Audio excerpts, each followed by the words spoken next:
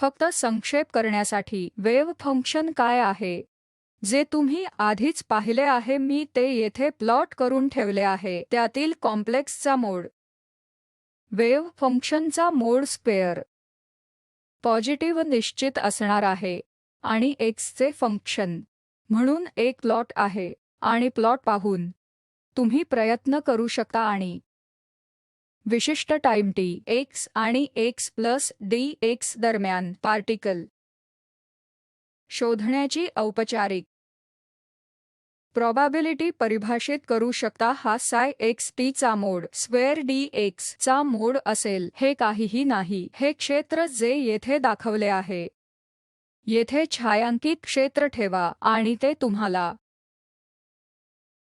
X आणि x plus D एक्सच्या दरम्यान पार्टिकल शोधण्याची प्रोबॅबिलिटी देते. जर तुम्हाला x1 आणि x2 मधील पार्टिकल शोधण्याची प्रोबॅबिलिटी शोधायची असेल तर तुम्हाला काय करायचे आहे? तुम्हाला x1 आणि x2 यांच्यामध्ये इंटिग्रेट करावे लागेल आणि त्यामुळे तुम्हाला या कर्व्हखालील छायांकित क्षेत्रफळ मिळेल. x1 आणि x2 या प्रदेशात शोधण्याची प्रोबॅबिलिटी असेल मोड साय स्क्वेअर x1 आणि x2 मध्ये इंटिग्रेटेड केले जाईल, जे या कर्व अंतर्गत शेड केलेले एकूण क्षेत्र असेल. त्यामुळे यांत्रिकरित्या इंटिग्रेशन्स डिफरेंशिएशन करू नये म्हणून एक प्रकारचे चित्रात्मक दृश्य असणे आवश्यक आहे, परंतु आपल्याला गणित भाग तसेच ग्राफिकल भाग आणि प्रायोगिक डेटा हे देखील माहीत असले पाहिजे. या सर्व गोष्टी तुमच्या लक्षात असाव्यात, मग तुम्हाला क्वांटम मेकॅनिक्स समजेल. हे देखील तुमच्यावर प्रकारचे लादलेले आहे. जेव्हा तुम्ही सर्व पोटेन्शियल स्टेपचे फंक्शन केले तसेच अवरोध कोणत्याही क्षेत्रात, तुम्हाला तुमचे वेव्ह फंक्शन ब्लो अप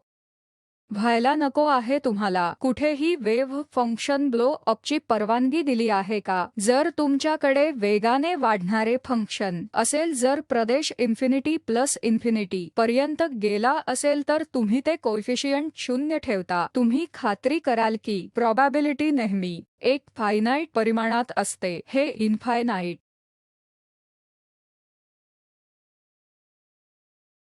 नाहीतर पी जे आपल्याला x1 आणि x2 मध्ये x साठी सापडले आहे. हे इंटिग्रल x1 ते x2 मोड साय स्क्वेअर डी एक्स असणे आवश्यक आहे आणि हे फायनाईट मोड स्क्वेअर असले पाहिजे. आपण बॉक्स सामान्यीकरण करू. तर प्रश्न असा आहे की जर समजा तुमच्याकडे वेव्ह फंक्शन आहे जे i k x ते a आहे. दावा असा आहे की जेव्हा मी प्रोबॅबिलिटी मोड साय स्क्वेअर करते ती 1 आहे आणि मोड साय स्क्वेअर डी एक्सचा इंटिग्रल करतो. जर तुम्ही मायनस इन्फिनिटी पासून प्लस इन्फिनिटीकडे गेला ते इन्फिनिटी असेल, कारण हा 1 मोड साय स्क्वेअर 1 आहे. पण तुम्ही काय कराल? तुम्ही ते मायनस एल वरून प्लस एल किंवा काहीतरी. ते काय असेल? ते 2l असेल. ते 2l असे ठेवू आणि तुमची सर्व कामे निरीक्षण करण्यायोग्य गणना करा जी सरासरी आहे आणि नंतर हे एल रद्द होईल. जरी ते नसले तरी या एक्सप्रेशनवरून असे दिसते की ते इन्फिनिटी आहे. तुम्ही ते ऑसिलेटरी फंक्शनसाठी अशा प्रकारे नियमित करू शकता. याला ऑसिलेटरी फंक्शन्स म्हणतात. आणि तुम्ही हे एल ठेवता आणि नंतर तुम्ही एल इन्फिनिटीकडे वळता. तुमची सर्व गणना सर्व फायनाईट होतील. ही एक महत्त्वाची आवश्यकता आहे ज्याला स्क्वेअर इंटिग्रेबल कंडिशन म्हणतात आणि स्क्वेअर इंटिग्रेबल फंक्शन्स औपचारिक व्याख्येसाठी आहे. जर तुमच्याकडे xt चे साय असेल तर तुम्हाला हे सुनिश्चित करावे लागेल की ते रूट x पेक्षा ते 0 वेगाने जाते कारण x प्लस किंवा मायनस प्लस इन्फिनिटीकडे जाईल. मी बघत आहे पॉझिटिव्ह x अक्ष मोड x हे प्लस इन्फिनिटी कडे झुकत आहे आणि अशा फंक्शन्ससाठी तुम्ही त्यांना प्रसामान्य करू शकता. सामान्यीकरण कंडिशन अशी आहे की मोड साय स्क्वेअर dx संपूर्ण व्यवस्था रेंज परिस्थिती वर अवलंबून असते, परंतु जर तुम्ही क्षेत्र पाहत असाल जो मायनस इन्फिनिटी पासून प्लस इन्फिनिटी पर्यंत जातो तर हा इंटिग्रल +1च्या बरोबरीचा असावा. बहुतेक टाइमला तुमचे वेव्ह फंक्शन सामान्य केले जाऊ शकत नाही, परंतु तुम्ही ते सामान्यीकृत करू शकता. उदाहरणार्थ जर साय xt हे दुसरे वेव्ह फंक्शन आहे ज्याच्या संपूर्ण क्षेत्रावर वर इंटिग्रल n आहे, n ला सामान्यीकरण कॉन्स्टंट असे म्हणतात आणि ते फायनाईट असावे आणि तुम्ही सामान्यीकृत वेव्ह फंक्शन कसे लिहू शकता? तुम्ही असामान्यीकृत वेव्ह फंक्शनवर स्क्वेअर रूट n वर 1 ठेवण्याचा प्रयत्न करता आणि जर तुम्ही मोड साय स्क्वेअर इंटिग्रल करण्याचा प्रयत्न केला तर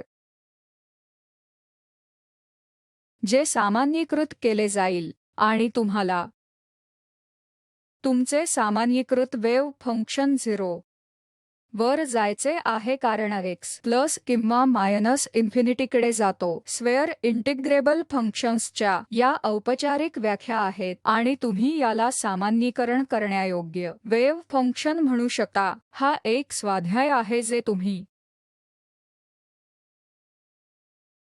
टाइमवर डिपेंडंट असलेले श्रोडिंगर इक्वेशन वापरावे अशी माझी इच्छा आहे जे मी दाखवले. स्लाइड्स देखील असतील त्या तुमच्यासाठी मूडलवर ठेवण्याचा प्रयत्न करेल. दाखवा की प्रोबॅबिलिटीच्या बदलाचा दर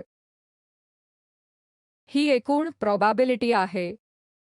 तुम्ही पाहिले आहे की एकूण प्रोबॅबिलिटी सामान्य केली आहे ती कॉन्स्टंट. प्रश्न हा आहे की श्रोडिंगर इक्वेशन वापरा आणि दाखवा की ती 0 आहे. अधिक स्वाध्याय एक्सच्या एक्सपेक्टेशन व्हॅल्यूपासून सुरू होणारे एक्सचे एक्सपेक्टेशन व्हॅल्यू कसे लिहायचे? एक्सची एक्सपेक्टेशन व्हॅल्यू कशी लिहायची?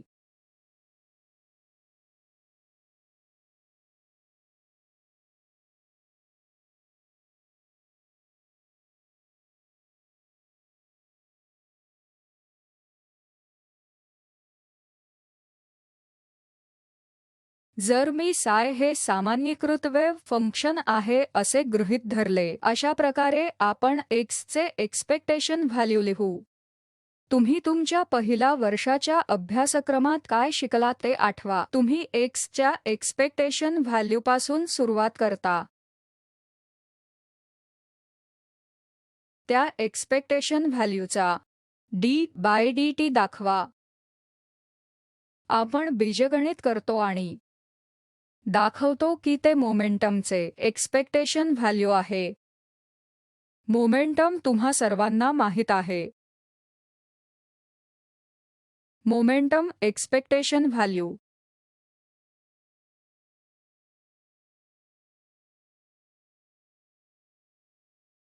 -i(h cross d/dx.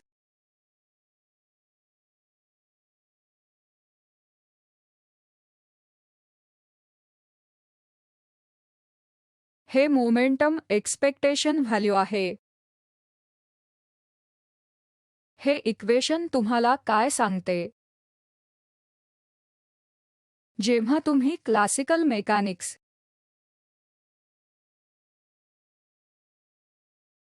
सर्वात उजवी बाजू प्रत्यक्षात वेलोसिटी असते, तुम्ही हे mv असे लिहू शकता तर ते वेलोसिटीचे एक्सपेक्टेशन व्हॅल्यू आहे. वेलोसिटीची अपेक्षा. कृपया हे मिळवा. हे स्वाध्याय एक्सपेक्टेशन व्हॅल्यू म्हणजे पोझिशनच्या एक्सपेक्टेशन व्हॅल्यूच्या बदलाचा दर. क्लासिकल मेकॅनिक्स तुम्हाला एक्सपेक्टेशन व्हॅल्यू नाही पण एक्सचा d/dt तुम्हाला v देतो. तुम्ही हे केले असेल जर तुम्हाला क्लासिकल कायद्यांशी जुळवून घ्यायचे असेल त्याचे एक्सपेक्टेशन व्हॅल्यूजे क्लासिकल कायद्यांचे समाधान करते. क्वांटम कल्पना पूर्ण डेल बाय डेल एक्सवर मोमेंटम मायनस आयच आहे तुमच्या क्लासिकल कायद्यांशी जुळत नाही, परंतु तुम्हाला शास्त्रीय कायदे समजून घ्यायचे असल्यास एक्सपेक्टेशन व्हॅल्यू शोधा आणि एक्सपेक्टेशन व्हॅल्यू कोणते इक्वेशन पूर्ण करते ते पहा. हे स्पष्टपणे जेव्हा मी ते करतो तेव्हा तुम्हाला दिसेल की एक्सची एक्सपेक्टेशन व्हॅल्यू dy/dt ही 1 आहे पीच्या एक्सपेक्टेशन व्हॅल्यूपेक्षा m पट आहे, ज्याची आपण क्लासिकल कायद्यासाठी करतो, जेथे आपण एक्सपेक्टेशन व्हॅल्यू करत नाही. स्वाध्याय 3 देखील तुम्हाला परिचित आहे. जर तुम्ही पोटेन्शियल ऊर्जा एनर्जीच्या उपस्थितीत असाल तर बल कायदा हा मायनस ग्रेडियंट असेल. जर तुमच्याकडे कन्झर्व्हेटिव्ह पोटेन्शियल्स असतील तर बल हे मायनस ग्रेडियंटच्या प्रमाणात असेल. व्ही प्रत्येकाला माहित आहे की क्लासिकल, पण आता क्वांटम फिजिक्समध्ये तुमच्या एक्सपेक्टेशन व्हॅल्यूजला इक्वेशन पूर्ण करावे लागेल. कृपया एक्सपेक्टेशन व्हॅल्यू कसे लिहावे हे औपचारिक व्याख्येच्या सहाय्याने या गोष्टी सत्यापित करा. एक संकेत दिला आहे. कृपया याची पडताळणी करा आणि आपण सोमवारी ट्युटोरियल सत्रात चर्चा करू शकतो जर तुम्ही ते सिद्ध करू शकत नसाल, पण कृपया ते करण्याचा प्रयत्न करा. हे क्लासिकल नियम क्वांटम फिजिक्समधील एक्सपेक्टेशन व्हॅल्यूचे समाधान आहेत. हे एरेनफेस्ट थेरम म्हणून शीर्षकाखाली येते. एक्सपेक्टेशन व्हॅल्यूज क्लासिकल कायद्यांचे पालन करतात.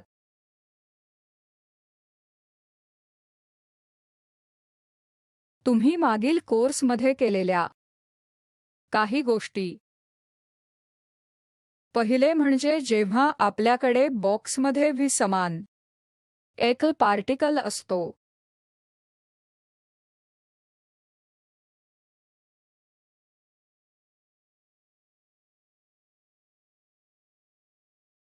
ही अशी गोष्ट आहे जी तुम्ही वापरली आहे.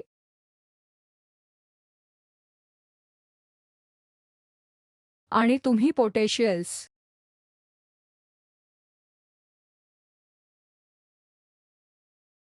देखील केले आहेत,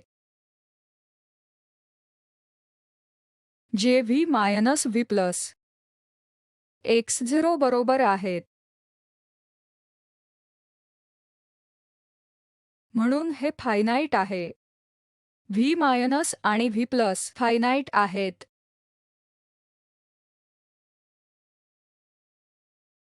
जेव्हा तुम्ही ही फायनाईट क्षमता केली, तुम्ही खात्री करता की साय- क्षेत्र x0 च्या समान असताना साय+ च्या समान असावे. दुसरे काय? d/d साय क्षमस्व d/dx सायचे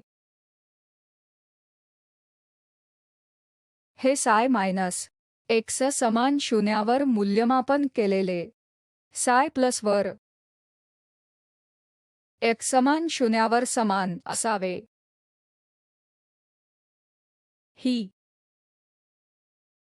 वेव्ह फंक्शनची कंटिन्युइटी आहे इथे दिलेली, आणि ही फायनाईट पोटेन्शियलसाठी वेव्ह फंक्शनच्या डेरिव्हेटिव्हची कंटिन्युइटी आहे. पण एकदा मी बॉक्समध्ये एक पार्टिकल घेतला जो 1 काढला जातो, दुसरा पार्टिकल काढला आहे का?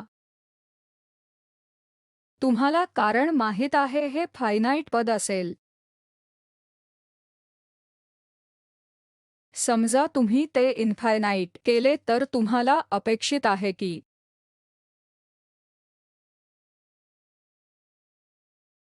हे पाहण्याचा हा एक मार्ग आहे आणि आपण इतर प्रकारच्या पोटेन्शियल्ससाठी पाहू इच्छितो. तुमच्या गणिताच्या कोर्समध्ये डिराक डेल्टा फंक्शनबद्दल तुम्ही सर्वांनी इतर कोणत्या प्रकारच्या संभाव्यता शिकल्या आहेत ती प्रॉपर्टी काय आहे? समजा माझ्याकडे व्ही आहे, व्ही नॉट एक्सचा डेल्टा आहे. हे डेल्टा डिराक डेल्टा फंक्शन आहे. आम्ही काय अपेक्षा करतो? आम्ही अपेक्षा करतो की एक्सचे साय मायनस हे एक्सच्या साय प्लसच्या समान आहे.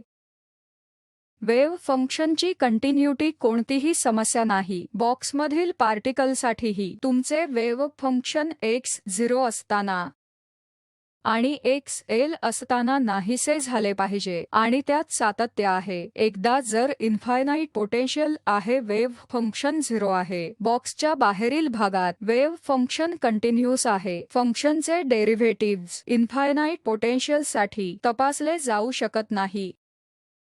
जनरल फंक्शनचे डेरिव्हेटिव्हज केवळ फायनाईट पोटेन्शियलसाठी तुम्ही क्षेत्र 1 ते क्षेत्र 2 मध्ये जाता तेव्हा कंटिन्यूअस असेल हे आपण विधान केले आहे.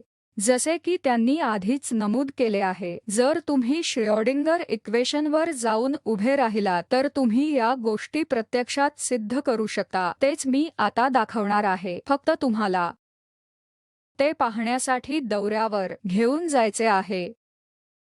म्हणून v ऑफ x घ्या, x 0 पेक्षा कमी असताना v मायनस आणि v of x v plus असेल.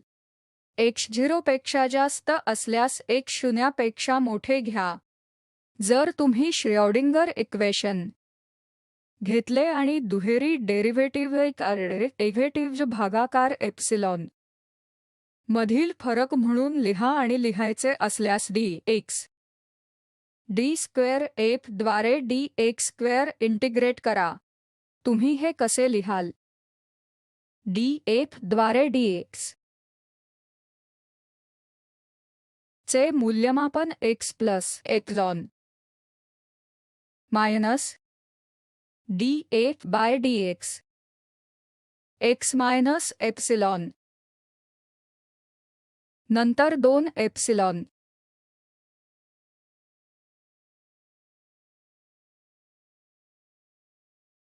ने भागले तर तुम्हाला हे dx वर इंटिग्रेट करायचे आहे. तुम्ही हे dx वर इंटिग्रेट देखील करू शकता. तुम्ही हे काढून टाकू शकता.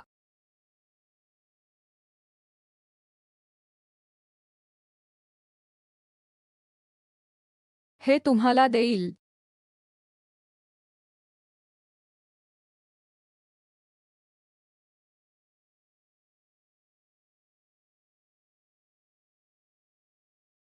चला हे करूया. वेव्ह फंक्शनचे दुहेरी डेरिव्हेटिव्ह घेऊ आणि x वर इंटिग्रेटेड केलेल्या दोन्ही सिंगल डेरिव्हेटिव्हज मधील फरक म्हणून ते पुन्हा लिहा, जेणेकरून 1/2 एप्सिलॉन रद्द होईल आणि तुम्हाला v of x minus e ची दुसरी संज्ञा असेल. हे फक्त श्रोडिंगर इक्वेशन आहे जे येथे टाइम इंडिपेंडंट श्रोडिंगर पुन्हा लिहिले आहे. आ तुम्ही मायनस एप्सिलॉन ते 0 प्लस पासून v ऑफ x दुसरा 0 ते एप्सिलॉन दरम्यान v ऑफ x टाकून खेळू शकता आणि सबस्टिट्यूट v मायनस आणि v प्लस आणि एप्सिलॉनची लिमिट 0 लिमिटकडे जाते. तुम्ही 2 क्षेत्रातील बाउंड्री जवळून पाहत आहात. तुम्ही असे केल्यास एक एप्सिलॉन फॅक्टर गुणाकार होईल. तुम्ही हे तथ्य देखील वापरता की x चा साय कंटिन्यूअस आहे. तुम्ही x चा साय 0 चा साय म्हणून इंटिग्रलच्या बाहेर काढू शकता. x चा साय कंटिन्यूअस आहे. तुम्ही x चा साय 0 चा साय म्हणून इंटिग्रलच्या बाहेर काढू शकता आणि v ऑफ x हा v प्लस होईल, प्लस v मायनस होईल. आणि तुमच्याकडे एप्सिलॉन असेल कारण हा dx वर इंटिग्रल आहे. त्याचप्रमाणे f ऑफ 0 वेळा आणखी 1 एप्सिलॉन येतो 2 एप्सिलॉन. जेव्हा तुम्ही एप्सिलॉनची लिमिट 0 कडे वळवता तेव्हा दुसरा टर्मचे काय होते? दुसरा टर्म जोपर्यंत v प्लस आणि v मायनस हे फायनाईट आहे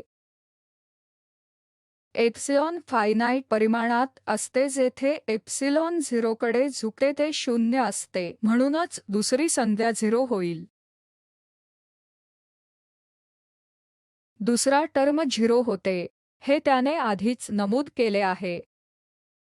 तुमच्याकडे तुमच्या वेव्ह फंक्शनचे पहिला डेरिव्हेटिव्ह प्लस एप्सिलॉनवर असेल आणि वेव्ह फंक्शनचा पहिला डेरिव्हेटिव्ह असेल आणि मायनस एप्सिलॉन हे श्रोडिंगर इक्वेशनपासून अगदी स्पष्टपणे बाउंड्रीवर कंटिन्यूअस असेल. तुम्ही ही मध्यवर्ती स्टेप कराल का? कृपया हे मध्यवर्ती चरण स्पष्टपणे टाका. व्ही ऑफ एक्स या योग्य क्षेत्रात साय ऑफ एक्स साय ऑफ 0 म्हणून घ्या, कारण साय कंटिन्यूअस आहे आणि तुम्हाला पहिला डेरिव्हेटिव्हची सातत्यता मिळते का ते तपासा. कृपया ते तपासा. इन्फायनाईट पोटेन्शियलसाठी समजा काही क्षेत्र तुम्ही इन्फायनाईट बनवलत.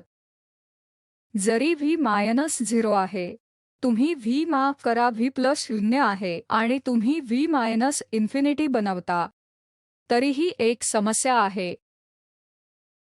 कारण 0 आणि इन्फिनिटीचा गुणाकार असेल, कारण तुमच्याकडे 0 आणि इन्फिनिटीचा गुणाकार असेल तेव्हा तुम्हाला काळजी घ्यावी लागेल जेव्हा तुम्हाला अशा समस्या येतात. काही क्षेत्रांमध्ये काही पोटेन्शियलसह जेथे पोटेन्शियल इन्फायनाईट बनते, तुम्ही असे गृहीत धरू शकत नाही की वेव्ह फंक्शनचा पहिला डेरिव्हेटिव्ह कंटिन्यूअस आहे. म्हणूनच अशा संभाव्यतेसाठी वेव्ह फंक्शनचे डेरिव्हेटिव्ह कंटिन्यूअस नसते. हे योग्य आहे. आपण काय म्हटले आहे? आपण म्हणतो की D psi by D x क्षेत्र 1 मध्ये x0 वर आहे. क्षेत्र 2 मध्ये डी साय असायला हवे. x 0 असताना जर x समान 0 इंटरफेस असल्यास, जर v प्लस किंवा v1 आणि v2 फायनाईट आहेत, जर v1 इन्फिनिटी असेल, v2 फायनाईट असेल, तर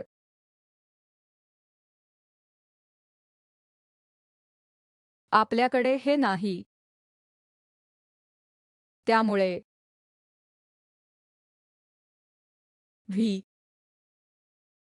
व्ही नॉट डेल्टा ऑफ एक्सच्या समान आहे. तात्काळ ही समस्या सोडवण्याचा प्रयत्न करू शकतो. आपण हे कसे करू? आपल्याकडे H cross square over 2m D psi by D X minus epsilon वर आपण त्यास x 0 असताना मध्यभागी ठेवूया, minus D psi by D X plus एप्सिलॉनवर आणि दुसऱ्या पद्धतीने प्लस एप्सिलॉन आणि हे मायनस एप्सिलॉन असेल. प्लस व्ही ऑफ एक्स चा इंटिग्रल मायनस ई एक्स डिक्सचे साय मायनस एप्सिलॉन ते प्लस एप्सिलॉन पासून असेल.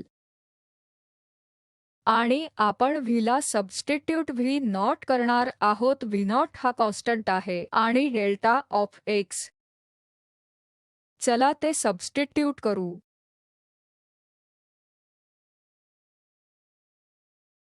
ते व्ही ऑफ एक्स साय ऑफ एक्स डी एक्स असेल.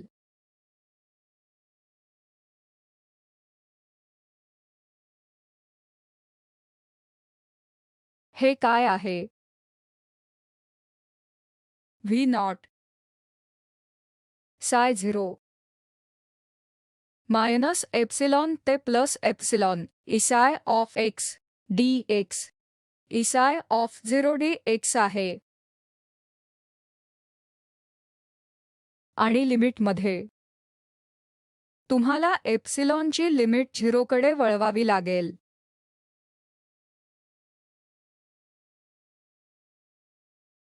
ही संज्ञा 0 होणार आहे. v of x psi of x हा वेळ टाइम psi ऑफ 0 आहे जे फायनाईट आहे. डेल्टा फंक्शन क्षमतांच्या संदर्भात आपण प्रयत्न करून सांगू शकतो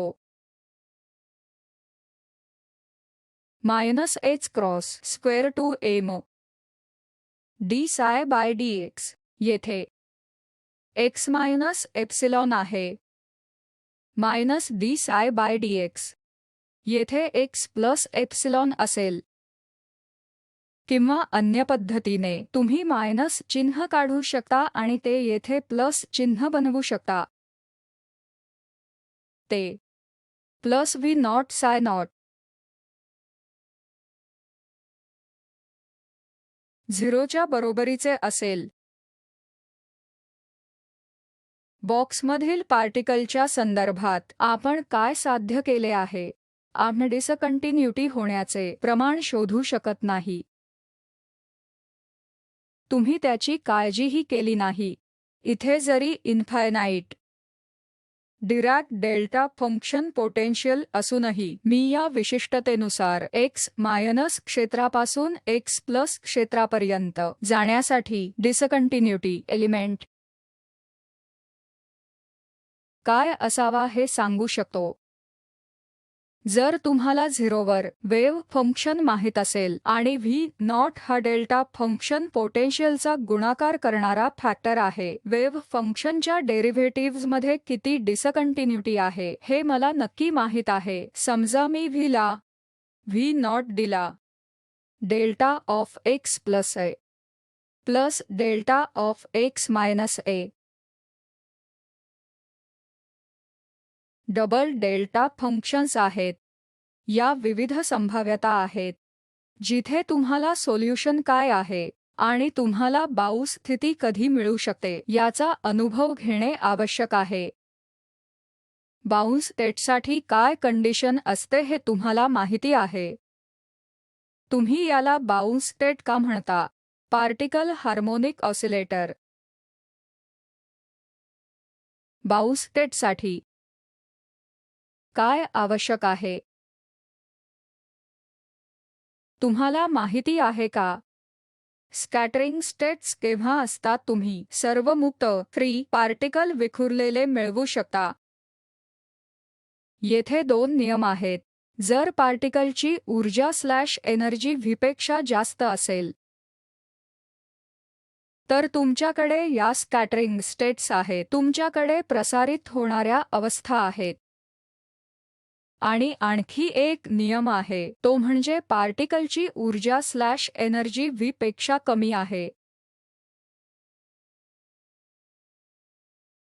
या 2 व्यवस्था आहेत ज्या तुमच्याकडे असू शकतात. याला तुम्ही बाउंस मिळवण्याची कंडिशन म्हणू शकता. आपल्याला काय करायचे आहे? औपचारिकपणे पुढचे व्याख्यान आपण औपचारिकपणे बाउंस स्टेटसाठी कंडिशन्स ठेवूयात. बाउंस स्टेटकडे आपण कसे पाहावे